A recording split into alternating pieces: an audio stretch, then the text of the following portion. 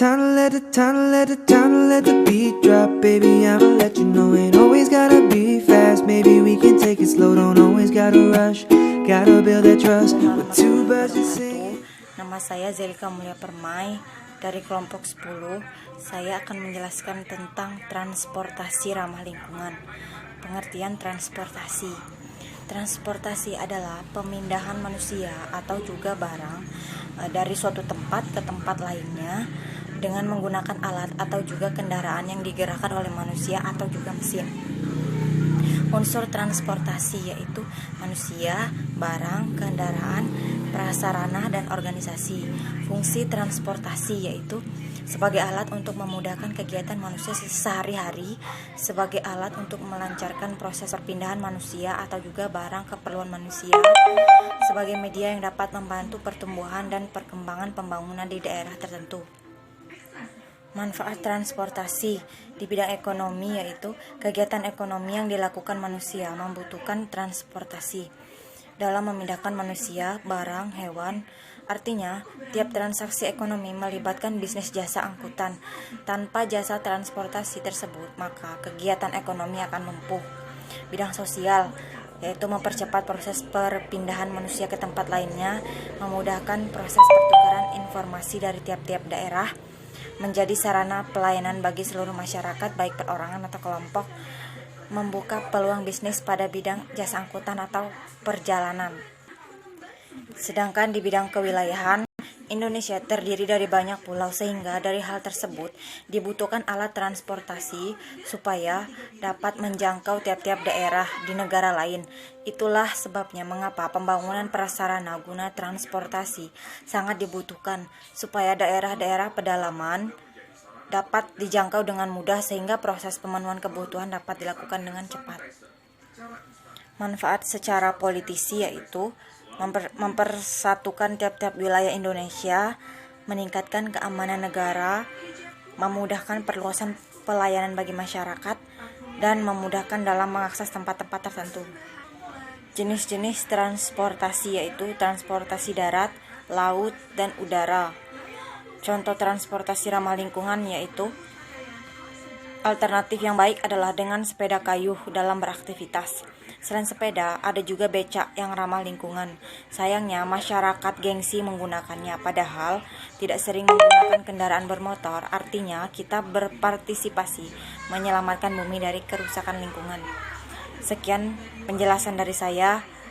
Wassalamualaikum warahmatullahi wabarakatuh. Transportasi dan permasalahannya. Di zaman yang serba modern ini, mobilitas manusia semakin berkembang, menyebabkan kendaraan bermotor semakin banyak diminati oleh masyarakat karena faktor efisien dan lebih cepat. Hal ini harus didukung dengan adanya sistem transportasi yang berkelanjutan. Dengan adanya sistem transportasi yang tidak bersahabat ini dapat menimbulkan dampak langsung maupun tidak langsung bagi kehidupan manusia. Dampaknya yaitu meliputi lingkungan, kesehatan, dan ekonomi.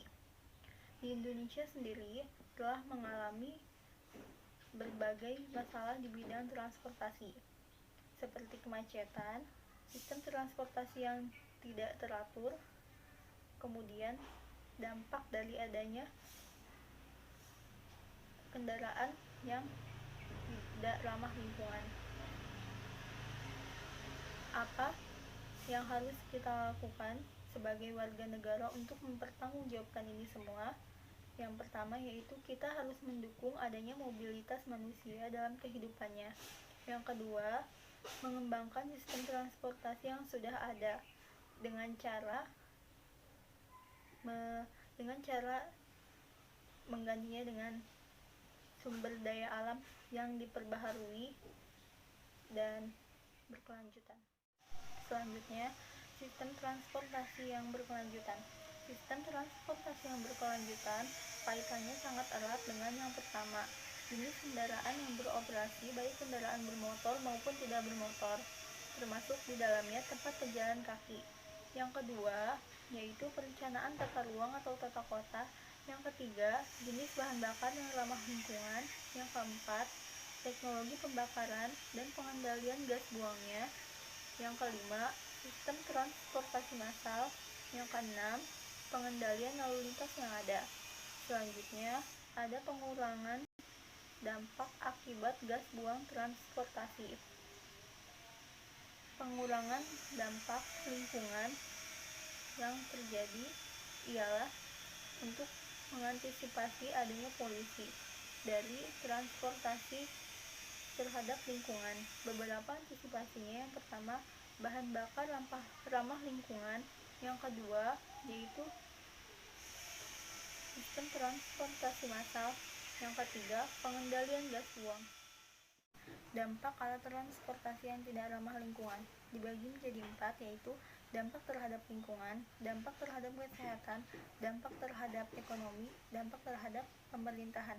Dampak terhadap lingkungan dibagi menjadi 2, yaitu dampak terhadap lingkungan air dan dampak terhadap lingkungan udara.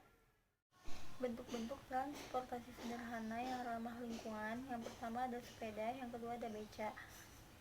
Selanjutnya ada transportasi modern yang ramah lingkungan. Yang pertama ada mobil hybrid, yang kedua ada sepeda listrik, yang ketiga ada kendaraan berbahan bakar alternatif, yang keempat ada kendaraan hypercar, yang kelima ada mobil listrik, yang keenam ada mobil surya. Sekian presentasi dari kelompok kami, kurang lebihnya mohon maaf. Wabillahi taufiq wal hidayah. Wassalamualaikum warahmatullahi wabarakatuh. 100 degrees, why you feeling down? What's